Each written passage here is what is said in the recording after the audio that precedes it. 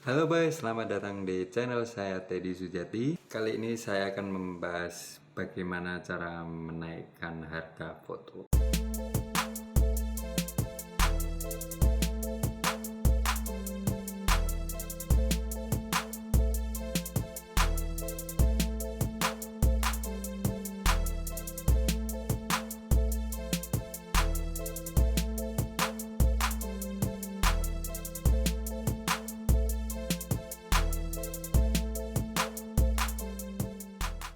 Menurut saya, harga foto itu tidak ada standarnya. Ada yang mulai 500.000, 1 juta, 2 juta, 5 juta, sampai ada yang puluhan juta. 30 juta, 50 juta sekali wedding. Bahkan ada yang ratusan juta sekali wedding. Tentu saja itu semua tergantung dari beberapa faktor. Yang pertama, di mana kamu tinggal. Yang kedua, di lingkungan apa kamu. Yang ketiga, branding. Yang keempat, daya beli. Di mana kamu tinggal, itu maksudnya kamu berada di daerah kecil, di kecamatan, di kota besar, atau di negara yang berbeda. Seperti di Indonesia misalnya di Jakarta, di Bali, Surabaya. Kalau di kota kecil ada di misalnya Klaten, Wonosari, itu beda lagi sama Jogja. Harganya beda-beda antara satu daerah dengan daerah yang lain. Di lingkungan apa itu maksudnya? Misalnya di Bali atau di Jakarta ada vendor atau fotografer yang berada di lingkungan yang memang klien-kliennya orang-orang tajir, orang-orang berduit. Dia bisa jual foto dengan harga puluhan juta. Di kota pun kalau lingkungan dia dengan daya beli yang biasa aja, dia juga cuma bisa jual dengan harga yang biasa saja. Kalau soal daya beli itu tergantung kita sebagai vendor menentukan target marketnya. Mau market yang dengan daya beli seperti apa. Yang akan saya bahas kali ini khusus di daerah. Yang pertama, bagaimana cara kita mengetahui foto kita itu maksimal mentok bisa dijual berapa. Ada beberapa tips dari saya atau cara bagaimana mengetahui plafon maksimal foto kita di daerah itu dijual berapa. Yaitu kita harus mengetahui berapa budget orang melaksanakan resepsi wedding. Contoh, dia pakai dekorasi menghabiskan duit berapa, dia bayar make up berapa. Di daerah sekecil apapun, kalau misalnya dia bisa bayar dekorasi di atas 10 juta, make up di atas 5 juta sampai 10 juta, itu berarti daya belinya gede. Jadi, fotomu itu layak dihargai di antara harga itu. 5 juta sampai 10 juta, bahkan sampai 20 juta. Kalau ada suatu daerah orang melaksanakan resepsi mewah, dekor puluhan juta, make up puluhan juta, tapi kamu nggak bisa jual dokumentasi di atas 5 juta, itu berarti ada yang salah. Bukan salah sih sebenarnya, cuman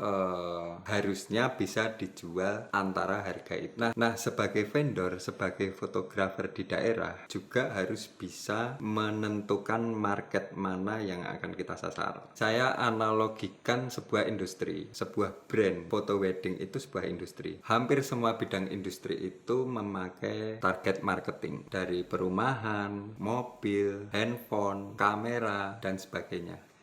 Kita ambil contoh industri mobil.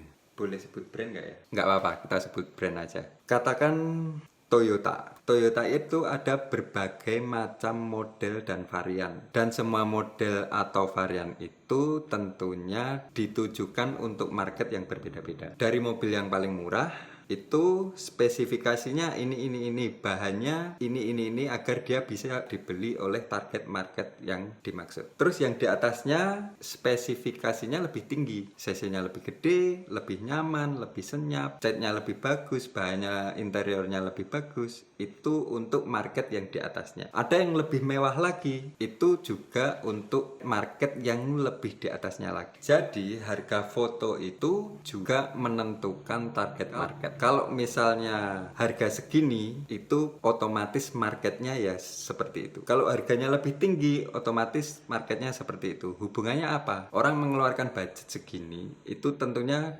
atas selera dan referensi si klien. Contohkan saja, orang yang pengen beli Innova mau ditawari Avanza nggak mau, Agya nggak mau. Jadi bisa kelihatan orang yang seleranya Innova sama seleranya Agya itu orangnya tipenya beda-beda. Nah, kita harus memutuskan target market yang mana. Mau yang sini, yang sini, atau yang sini. Nah, untuk menaikkan harga foto, kita tidak bisa asal naik. Harus diikuti dengan kualitas dan konten.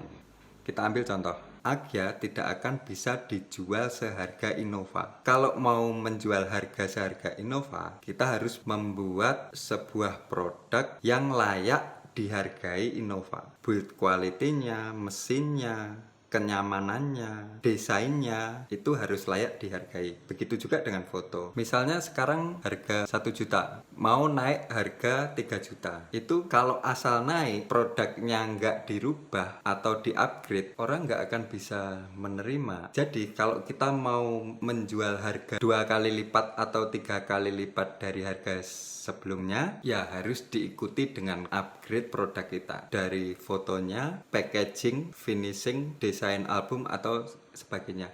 Dan yang paling penting juga si fotografer itu sendiri. Misalnya kalau kemarin tampil biasa saja, harus lebih rapi, harus lebih kece. Biasanya pakai kaos, pakai baju, biasanya pakai sandal, pakai sepatu. Jadi kalau orang membayar lebih itu, oh ya pantas ya harganya segini, pantas dibayar segini.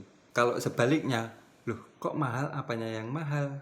Masa mahal kayak gini? Ada satu keuntungan bahwa di suatu daerah itu sudah ada 1 atau 2 atau 3 yang memulai dengan harga yang lebih tinggi dari biasanya. Misalnya ada satu daerah yang sudah bisa menjual harga foto dengan harga jutaan, misalnya katakan 10 juta misalnya. Kita tinggal ngikutinnya gimana? Ngikutin harga, ngikutin kualitasnya. Oh dia kok bisa jual segini, itu apa faktornya ya? Kok vendor itu bisa jualan segini ya? Apa yang bisa membuat foto itu dihargai segini? Nah itu hal-hal yang perlu diikuti. Beda ceritanya dulu 2012-13 itu saya memulai di sini, itu belum ada foto yang sistem paket, semua masih sistem roll. Saya mengedukasi itu mulai dari bawah segini, terus naik segini, terus naik segini, diikuti dengan kualitas, diikuti dengan produk, ditambah ini, semacam itu. Jadi kalau suatu daerah itu sudah ada yang memulai, itu lebih enak. Kita tinggal ngikutin step-stepnya. Oh segini diikutin terus gitu, boy. Oke, sekian dulu dari saya. Kalau ada pertanyaan atau ralat-ralat bisa tulis di komen di bawah. Semoga bermanfaat bagi teman-teman semuanya. Sukses selalu, kreatif selalu, dan terus belajar. Wassalam.